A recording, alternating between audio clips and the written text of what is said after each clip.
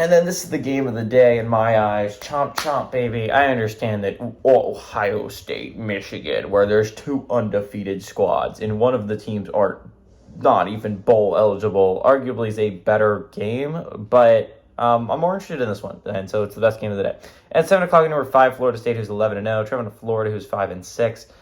Florida State favored by 6.5 on ESPN. Jordan Travis has gone 207 to 324, thrown for 2,755 yards, 20 touchdowns, 2 interceptions. And yes, I know he is done for the year. So they're going to be starting their backup. Trey Benson on the ground has had 119 carries for 743 yards and 11 touchdowns.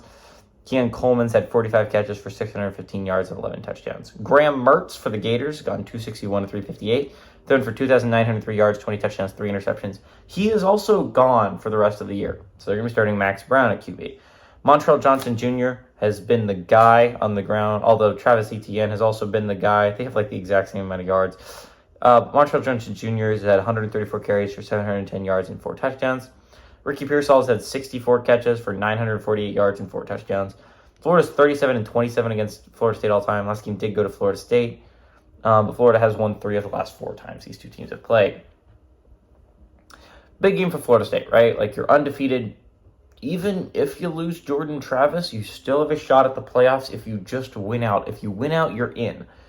Path to the playoff looks a lot more reasonable now if you're a Louisville fan, right? Like, not that Florida State was a godly, but Florida State lost their best player in Jordan Travis. So, I mean, like, path to the playoffs seems a lot more conceivable if you're Louisville. Unfortunately, you're still going to need some help, right? Texas needs to lose. But Florida State controls their own destiny. They just need to win out, and they're in the playoffs. They're probably the 4 seed, because people would view them as the weakest undefeated squad outside of Liberty, who's getting no respect. But you would be in the playoffs. You would be one of the last 4. Unless, like, someone was to lose. If, obviously, there's a path for Florida State to get the 1 seed, there's a path for Florida State to completely left out of the playoffs if they lose. So, this is a big game for Florida State, big game for Florida. Again, they had a chance to wrap up bowl eligibility last week and gave up a 4th and 17 to Brady Cook and the Tigers to get them into field goal range to win the game. And that one was heartbreaking. That was one that you couldn't really afford to drop, Florida, and you dropped it. Good job, guys. Backup quarterback versus backup quarterback, which makes this an interesting battle, because normally backup quarterback versus backup quarterback doesn't have a lot of intrigue, but since it's so late in the season and playoff stakes are on the line, this is going to be an extremely interesting football game. I like the Gators. I might be a homeboy, but Max Brown actually looked really good in his game against Missouri. He showed that he has some legs.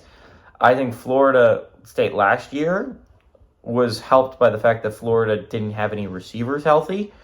And none of them could catch the ball from AR. We have receivers this year. We have some damn good receivers. We have some damn good tight ends. We have a damn good running game. I think our offense is going to be able to keep up with the Florida State offense. Our defense is not very good, and I think early on that could really hurt us. But I think in the end, I think the Gators are going to make more plays than the Seminoles, and I think the Gators pull off a huge upset in the Swamp. Give me the Gators with the upset of the day.